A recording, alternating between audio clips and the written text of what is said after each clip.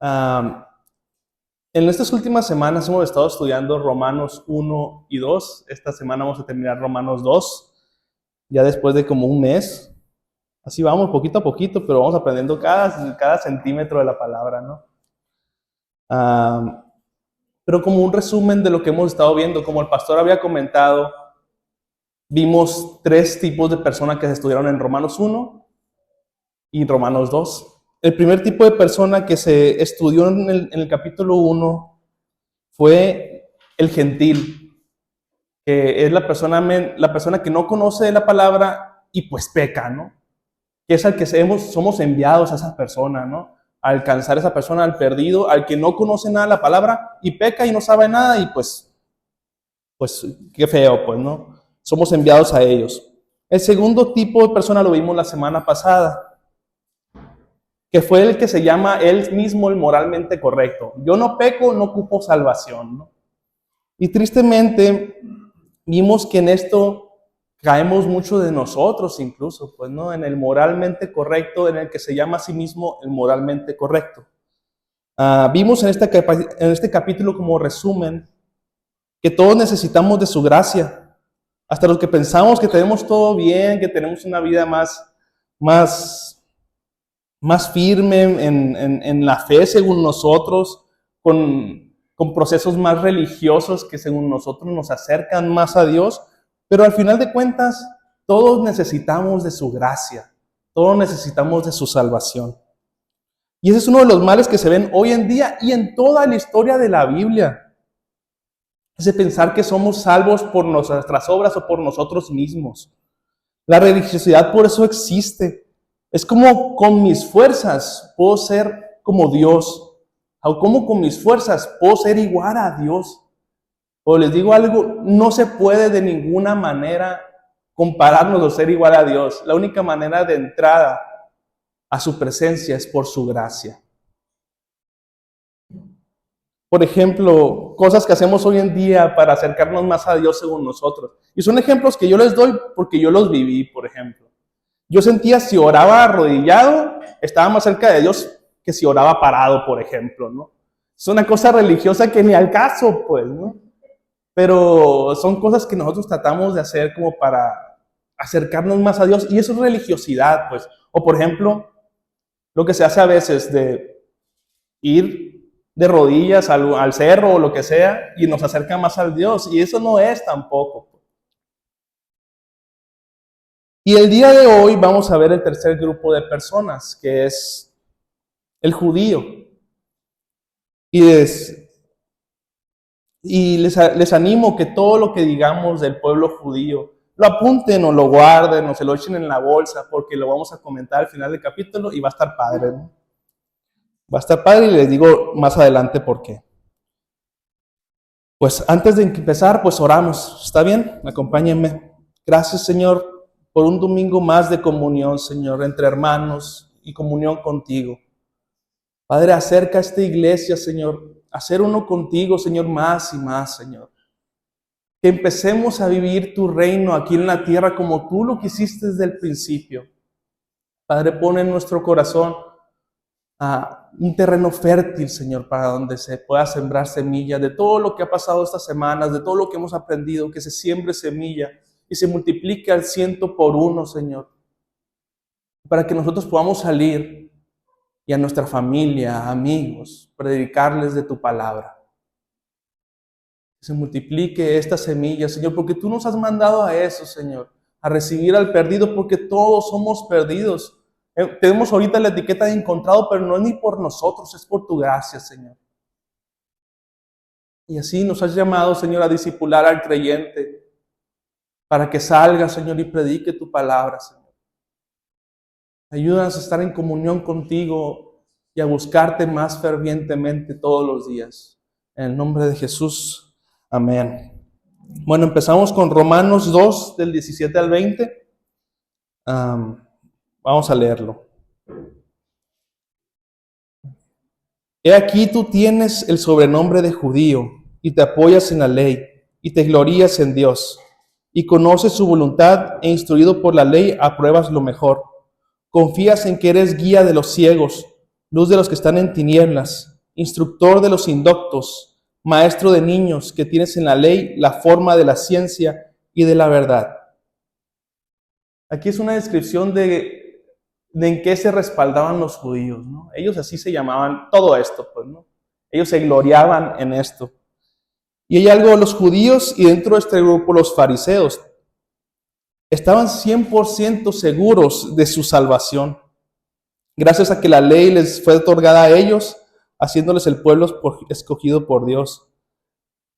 Gracias a la gracia de Dios, los judíos se les fue entregado la ley, ¿no?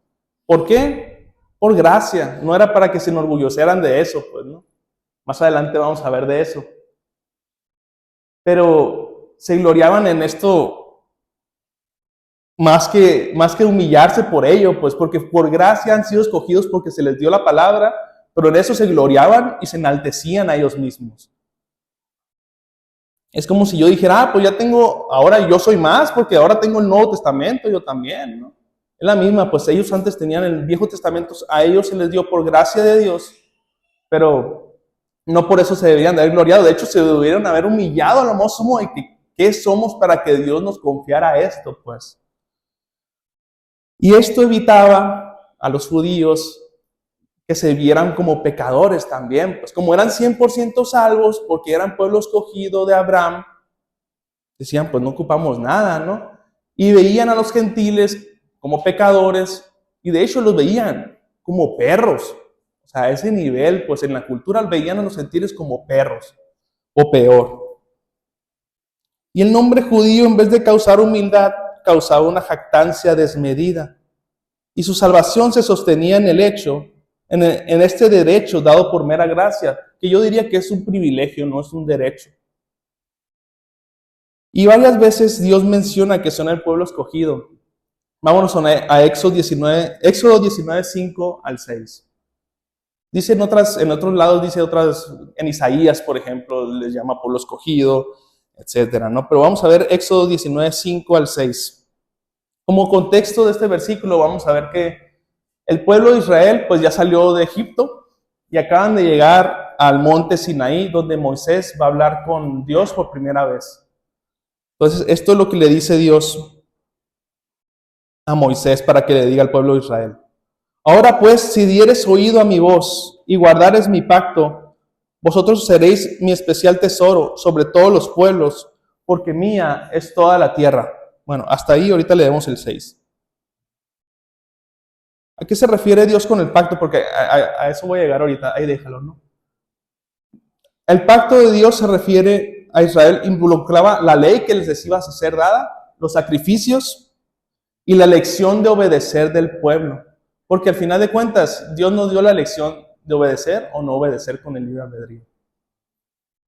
En el verso número 7, que ahorita lo vamos a ver más adelante, el pueblo accede a ese pacto, porque un pacto se hace entre dos personas. Y el pueblo dice, todo lo que diga Jehová, lo vamos a hacer, dice en el verso 7, que no lo vamos a leer ahorita, pero el pueblo al final accede a ese pacto. Y luego, pues, otra cosa que quiero comentar de este 5 es que dice, ustedes van a ser mi especial tesoro. Pero al final de cuentas no es que ellos Dios haya rechazado a todos los demás del pueblo, sino que Él dice que toda la tierra es mía. Pero Él, por gracia y por pura gracia, escogió al pueblo de Israel para llevar su palabra y para así alcanzar a toda la tierra. Por pura gracia otra vez. Vamos al versículo 6. También, que esto es lo que queremos ver de llamado pueblo de Dios, ¿no? Y vosotros me seréis un reino de sacerdotes y gente santa. Estas son las palabras que le dirás a los hijos de Israel. Eso que habíamos visto en versículos 5 y 6. Y en el 7, pues ya aceptan el pacto. Pero aquí, ¿qué podemos ver de aquí, no? Del versículo 6. Dios quería que cada persona del pueblo, como sacerdotes, tuviéramos un encuentro uno con Dios. ¿Cómo estaba diciendo ahorita? Una comunión con Dios. O sea, uno a uno con Dios. Ese era el deseo desde el principio de Dios. Si vemos desde Génesis atrás, ¿qué quería Dios? Una conexión uno a uno con Él. Por ejemplo, ¿qué pasó en el Génesis con Enoc, por ejemplo? Tenía una conexión tan cercana con Dios que Dios dijo, vente. Entonces, eso quería de nosotros desde el principio. O sea, no quería que nosotros empezáramos a poner barreras entre nosotros y Dios. Por ejemplo, algo que pasó en toda la historia de la Biblia, vamos viendo cómo nos vamos alejando cada vez de Dios y poniendo nosotros cada vez más filtros, más burocracia. Por ejemplo, antes de Primera de Samuel, el pueblo de Dios habla de que queremos rey como todos los demás pueblos. Pero Dios era su rey, pues. Ellos podían ir ante Dios y decirle, hey, estas son nuestras necesidades, Señor. Pero ellos dijeron, no, queremos un rey. Y así vamos viendo cómo en la palabra nos vamos alejando más de Dios, pues. Entonces, Dios nos ha llamado, bueno, en este tiempo Dios llamó al pueblo que quiere que sean sacerdotes para que haya una comunión, una con Dios, que no necesiten intermediarios con Dios, y ser gente apartada o gente santa para Él. Y estas son las palabras que dirás a los hijos de Israel. ¿Y qué es ser sacerdotes? Son representantes de Dios ante los hombres y los hombres ante Dios. Se le ofrecen sacrificios, como dice en Hebreos 13:15. No vayan para allá, pero es para decirles nomás. Sacrificios de alabanza, fruto de labios que confiesan su nombre.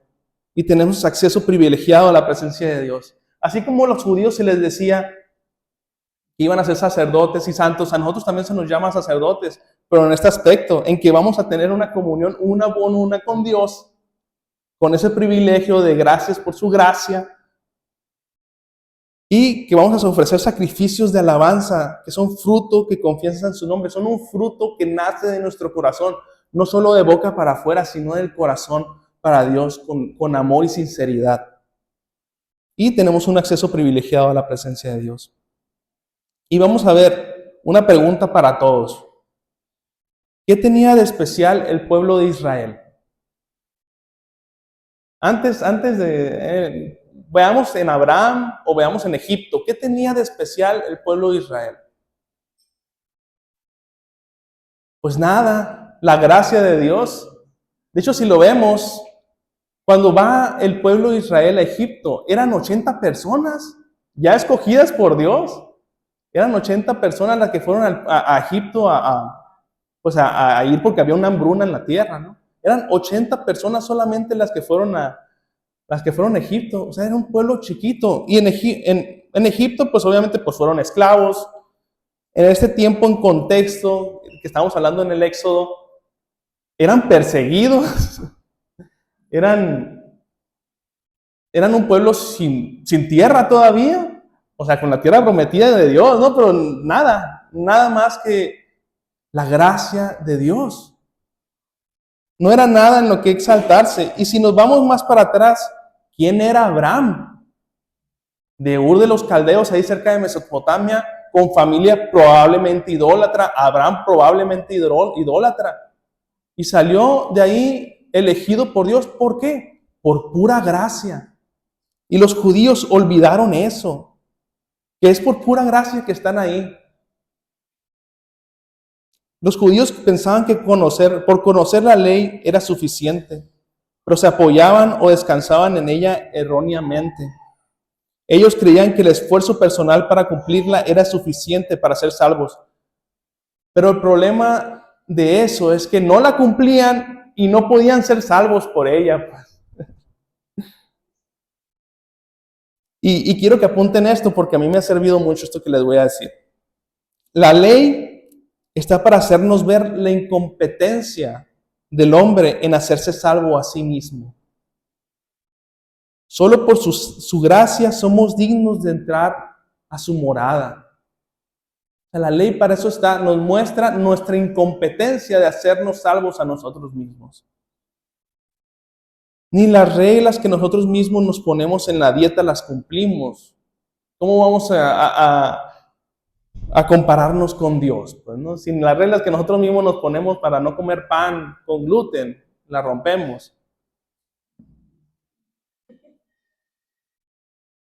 ¿Y cómo se alcanza la salvación si no es por obra? Vamos a Juan 17:3, por favor. En esta historia Jesús está orando por nosotros.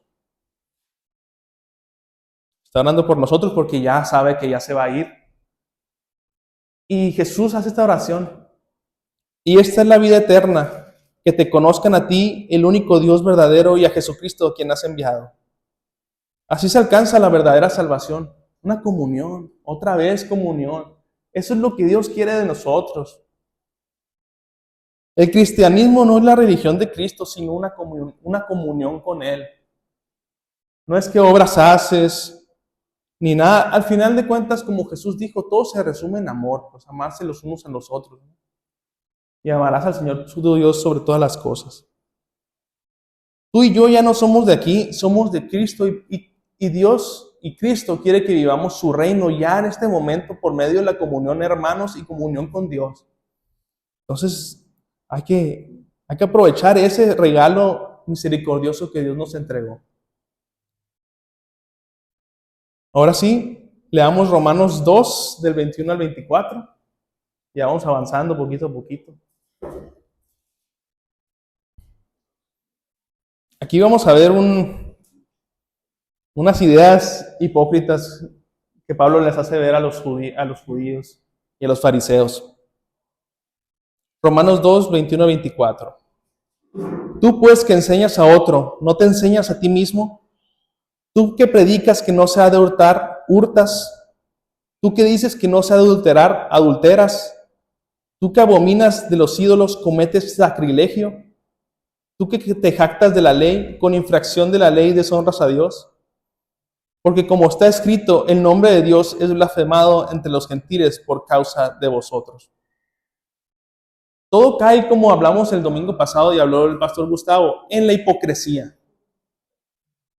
Tiende el pueblo judío a ser hipócrita porque se creen morales y perfectos, intocables. Apunten todo eso, lo que estamos diciendo del pueblo judío, va a estar suave. Mucho del judaísmo rabínico de los días de Pablo interpretaba la ley para que se pudiera pensar que estaban completamente justificados. Me hacía que no la leían todas, ¿no? Jesús expuso el error de tales interpretaciones en Mateo 5:20, como vimos el capítulo pasado, el domingo pasado, que dice, porque os digo que si vuestra jactancia no fuere mayor que la de los escribas y fariseos, no entraréis en el reino de los cielos. Y Jesús empieza a dar un ejemplo despuesito, si puedo poner el que sigue, del adulterio, pues, ¿no? Si dices no matarás, bueno, oíste que fue dicho a los antiguos, no matarás, y cualquiera que matare será culpable de juicio. Pero yo os digo que cualquiera que se enoje contra su hermano será culpable de juicio. Y cualquiera que diga necio a su hermano será culpable ante el concilio. Y cualquiera que le diga fatuo quedará expuesto al infierno de fuego. Dios no es que estuviera subiendo de nivel las cosas. Era lo que Dios quería desde el principio. O sea, no es de que, no mates. No, es que no odies a tu hermano tampoco. Ámalo. No es de que no cometas adulterio, es no codices a la otra persona, no codices a la mujer de otro, o no codices sus cosas tampoco. O sea, no es de que Jesús la subió de nivel, es lo que Dios quería desde el principio. Jesús asentó la ley, o sea, la puso como Dios, o sea, se la dijo a los fariseos, a los judíos, como Dios la quería desde el principio. No es que la subiera de nivel. No con obras o dependiendo qué haces, porque por ejemplo dices, pues no mato, nomás no mato, ¿no? O sea, nomás no le doy un balazo, nada, ¿no? No, pero no es nomás ahí. Es amarlo, no es odiarlo. No es desearle mal, es amarlo. Es qué hay en nuestro corazón, no qué hacemos. Eso es lo que le importa al Señor. Y si lo que está dentro de nuestro corazón está bien, conforme a Dios, lo de afuera va a seguir fácilmente esa ley que Dios puso en nuestro corazón. Dios, un comentario que vi de un pastor dice, Dios aplica su ley a nuestras acciones y actitudes, o sea, a las obras y a nuestro corazón. Algunas veces solamente queremos que se evalúen nuestras actitudes y otras veces solo nuestras acciones. Y Dios no va a ser responsable de ambas de ellas, de nuestro corazón y de lo que nuestro corazón genera, que son las acciones. Regresamos al versículo 22 de Romanos 2, porque me gusta decirles un contexto histórico de esta parte, por qué Pablo estaba diciéndoles esta segunda parte. Tú que abominas de los ídolos, cometes sacrilegio. Y tú que te jactas de la ley con infracción de la ley, deshonras a Dios. Porque como está escrito, el nombre de Dios es blasfemado entre los gentiles por causa de vosotros. Un contexto histórico del 22, que dice sacrilegio. ¿Qué es sacrilegio, no? Una mala palabra que decían los señores, sacrilegio. Pero no. Pablo acusa a los judíos de sacrilegio porque se justificaban ellos mismos de saquear los templos de otros dioses o dioses paganos. Pero no nomás, lo derrumbaban, no, robaban las estatuas de oro y las vendían, pues, ¿no? O sea, eso es sacrilegio, pues, ¿no? Y ellos decían, no, es que estamos haciendo la obra del Señor. Pero no, ellos iban y comerciaban con ella, ¿no? Eso está mal. Eso está mal completamente. Y también en la segunda parte, el versículo que sigue, los judíos fallaron en vivir bajo la ley, lo que obviamente los llevó a fallar en la instrucción de la ley. Por eso el pueblo gentil blasfemaba a su Dios. Pues claro, veían, vamos a ver el ejemplo del sacrilegio, que agarraban los ídolos de oro así o de bronce o lo que sea y lo vendían, pues no, sí, pues hacían dinero de eso. O veían que hacían negocio los judíos, tranzas, o que se vendían ahí un poco a los romanos en ese tiempo. Decían, pues ese es su Dios, dice, pues no lo quiero, ¿no? Decían los gentiles. Pues claro. Y me recordó a una cosa que dice, a un versículo que dice en Apocalipsis 3:1. Si podemos ir ahí. Jesús le está hablando, Dios le está revelando a Juan, pues todo lo que ha de venir y lo que está pasando y todo. Y le está escribiendo a la iglesia de Sardis. Y dice esto, ¿no? Yo conozco tus obras, que tienes nombre de que vives y estás muerto. Eso me recordó ahorita que cuando estaba estudiando esto. Y vamos a Romanos 17 otra vez. Y aquí tú tienes el sobrenombre de judío. El pueblo escogido por Dios. Un nombre de vivo, diría yo, ¿no? Un nombre de vivo. Y estás muerto. Ahora cambiémosle, ahora todo lo que apuntamos de los judíos ahorita, ¿no? Lo podemos aplicar a nosotros también, ¿no? Tú que tienes nombre de cristiano, tienes nombre de vivo, pero estás muerto. Tú que tienes el sobrenombre de cristiano y te apoyas en la ley y te glorias en Dios y todo lo que hacemos nosotros, pero estás muerto.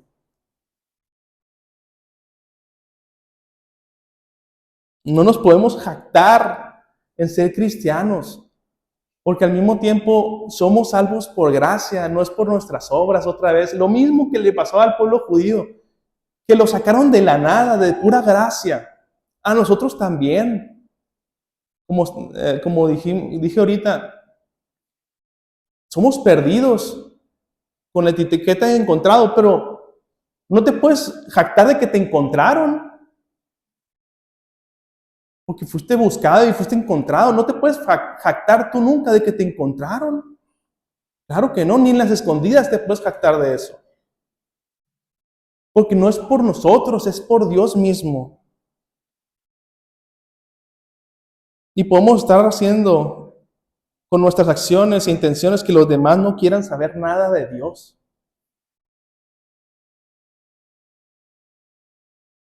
Podemos estar diciendo, qué mal el pueblo judío, todo lo que apunté del pueblo judío, qué malos son, ¿no? No se dan cuenta. Pues qué mal yo y tú tampoco, que no nos damos cuenta. Vamos que podemos hacer que varias personas tropiecen, porque nos llamamos cristianos, tenemos nombre de vivo y estamos muertos. Así que con la misma vara que juzga, será juzgado. Como dijimos el día pasado, el domingo pasado. ¿Cómo están? ¿Todo bien? Ya vamos, ya casi terminamos, ya los prometo. Romanos 2, 25 al 29. Vamos a leer ahora.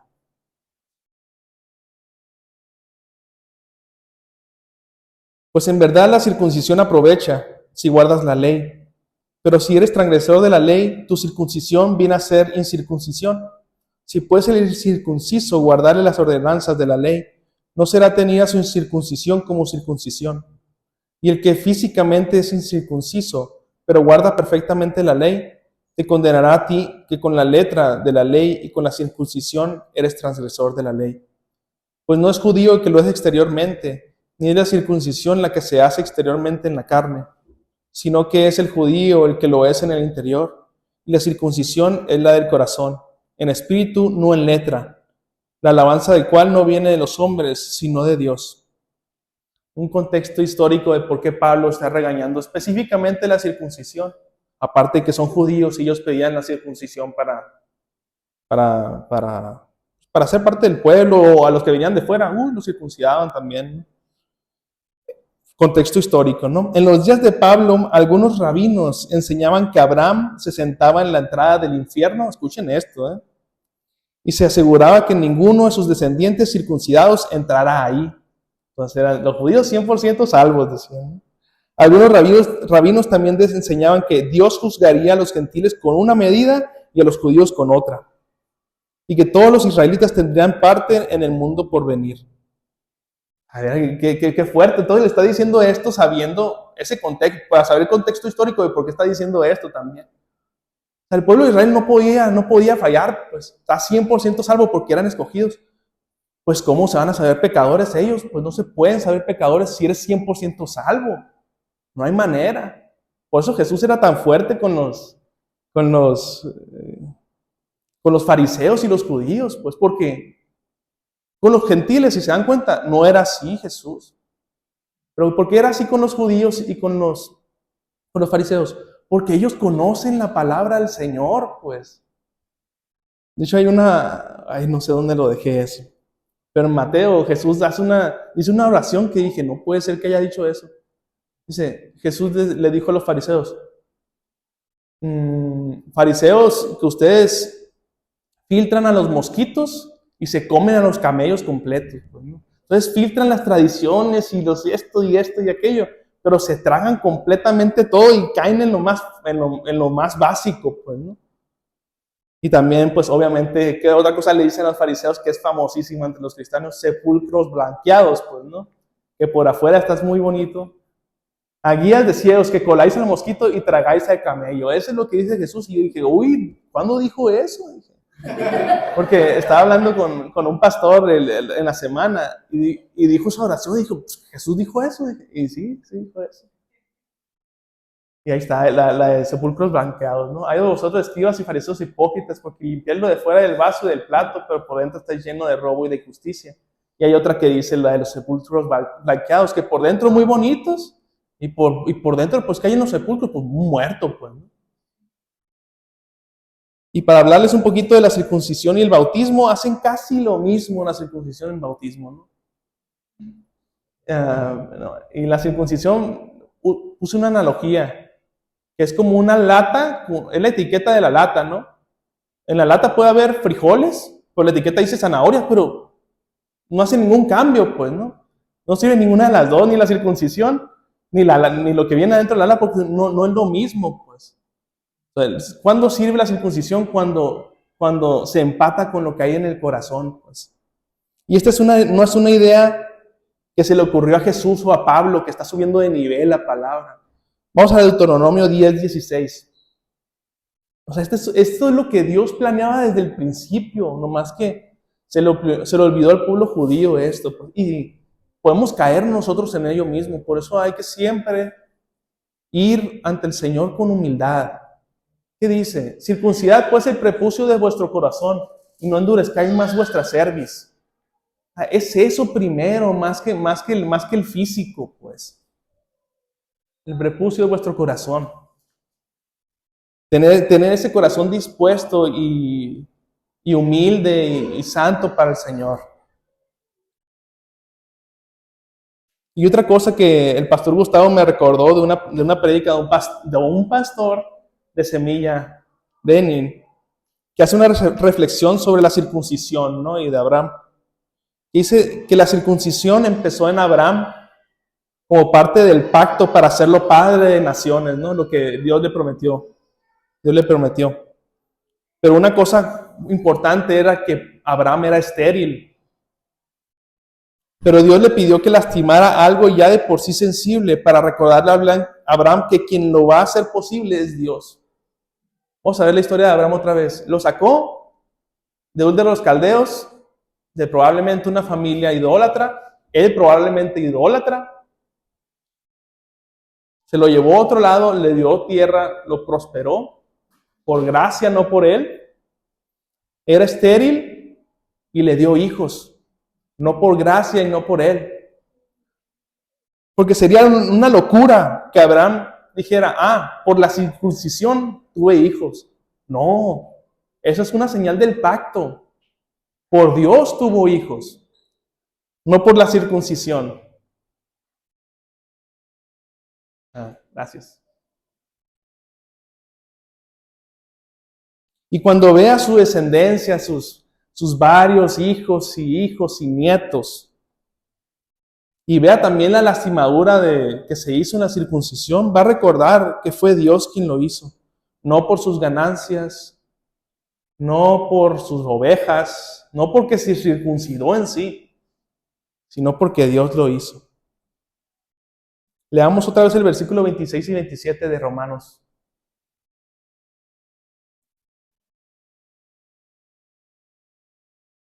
Si pues el incircunciso guardare las ordenanzas de la ley, ¿no será tenida su circuncisión como circuncisión?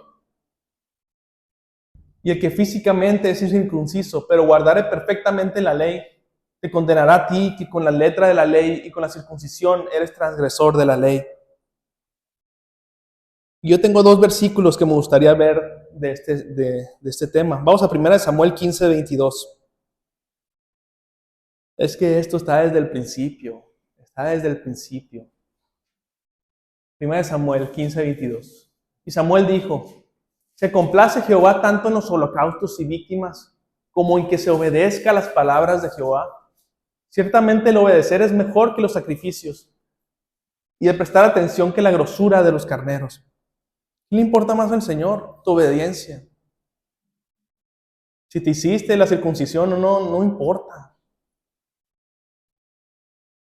Si haces 100 cosas al día para honrar al Señor, pero no lo obedeces en su palabra, de nada sirve. Las obras son muertas sin la fe. La fe se demuestra por obras. Es diferente, muy diferente. Y vamos a Oseas 6:6. A Oseas 6:6. Pobrecito Oseas, le hizo pasar tantas cosas, pero para que se diera cuenta cómo se sentía el Señor, pues, ¿no? Con su pueblo. Eso es lo que son los profetas, ¿eh? No leen el futuro. Viven lo que el Señor vive, un cachito de lo que el Señor vive para poder predicar a las personas. Oseas 6:6 dice, porque misericordia quiero y no sacrificio, y conocimiento del Señor, de Dios, más que holocaustos. Eso es. Eso es. Vamos al versículo 28-29 de Romanos 2. Ya para terminar, el capítulo 2 y avanzar al 3, que vamos a seguir con los judíos, de hecho, en el capítulo 3. Que es que hay mucho que hablar ahí, ¿no? Pero acuérdense que si cambiamos un poquito el nombre de cristiano, también ahí caemos muchas veces en eso. Pues no es judío el que lo es exteriormente, ni es la circuncisión la que se hace exteriormente en la carne, sino que es judío el que lo es en lo interior, y la circuncisión es la del corazón, en espíritu, no en letra, la alabanza del cual no viene de los hombres, sino de Dios. La alabanza del cual no viene de los hombres. Todos los signos externos de la religión que pueden ganarnos alabanza de los hombres. Por ejemplo, algo aquí en la iglesia, ¿no? Pues que también predicas, qué bonito cantas en la alabanza, cuántos platos sirves de comida. Pero si lo que buscas es alabanza de los hombres por eso, ahí está tu recompensa. Es todo lo que tienes ahí.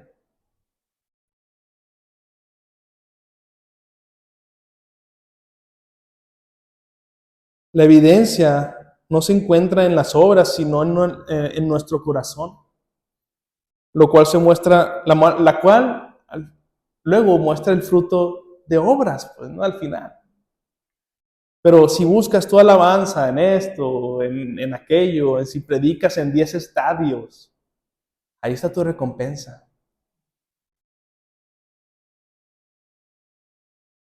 Nuestro servicio nace del amor y la fe. Si vienen alabanzas para el Señor, son para el Señor. Si vienen alabanzas para ti, para el Señor son. Y si no viene ninguna, gloria a Dios también. Lo que vimos en este capítulo y lo que estaremos viendo a continuación es una transformación total del corazón, que Dios es lo que veía desde el principio, que va en total disonancia con lo que te dice el mundo, que con tus fuerzas, que con tus obras vas a salir adelante. Como dice Pablo también en Filipenses 1:21, lo podemos ver ahí, Filipenses 1:21, porque es muy importante. Y entendemos por qué lo dice. Vivir para mí es Cristo y el morir es ganancia. No vivimos para nosotros y no queremos hacerlo tampoco. Servimos por amor, soportamos por amor y ayudamos a restaurar por amor. Y si no se te agradece, gloria a Dios. Y si se te agradece, gloria a Dios también. Y ya para terminar, una vez hablando con una amiga cristiana, había dicho de cómo Jesús, por qué limpió los pies de los discípulos. Si era la tarea del esclavo o sirviente más bajo de esa casa. Y yo le digo, y ella dijo, pues no le importó a Jesús o qué, pues no, ¿por qué hizo eso? Me acuerdo que le comenté, dije, uy, mira, esa palabra me la dio Dios porque yo no sé nada, dije. Le dije que la identidad de Jesús no estaba en lavar pies, pues. La identidad de Jesús, ¿cuál era? Era el Hijo de Dios, pues. Es el Hijo de Dios. Esa es su identidad, no importa si sirve al más bajo de los bajos, de la clase más baja, de todo lo que tú quieras poner que el mundo pone. Su identidad es que es el Hijo de Dios. Si viene a criticarlo Juan Camaney, no importa, Jesús es el Hijo de Dios, no le importa. Por eso tú y yo podemos servir con tanta facilidad, sin importar si nos critican o si nos escupen, si nos vituperian, como dice la palabra. Nuestra identidad es Cristo Jesús, pues. No somos movibles de eso. O sea, nada nos puede rebajar, pues, porque somos hijos de Dios. Nuestra identidad está en Él. No estamos para recibir alabanzas de los hombres y nadie te puede hacer sentir menos si predicas en frente de 2 personas o no predicas para nada. Nuestra identidad está en el Hijo de Dios, en el Señor. No importa si lavas baños en el servicio, no importa, tu identidad es hijo de Dios. Tú nunca vas a poder valer menos que eso. O sea, no importa nada de lo que hagas, tu identidad es ser hijo de Dios. Y como aprendimos, no para enaltecernos, sino para humillarnos a lo más sumo, como lo hizo nuestro Rey, Jesucristo mismo. Se humilló a lo más sumo por nosotros. Igual nosotros así lo vamos a hacer. Pero otra vez, no obligados, es por amor. ¿Por cuál es nuestra identidad? Hijos de Dios. Nos humillamos y servimos por amor. Somos enviados por amor. Si te insultan, si te cachetean, no te mueve eso. Tú eres hijo de Dios. Tu identidad está en Cristo Jesús y eso es un privilegio inmerecido. Oramos. Amén. Padre Santo, gracias por tu palabra y regalo inmerecido, Señor. Gracias, Señor, porque en ti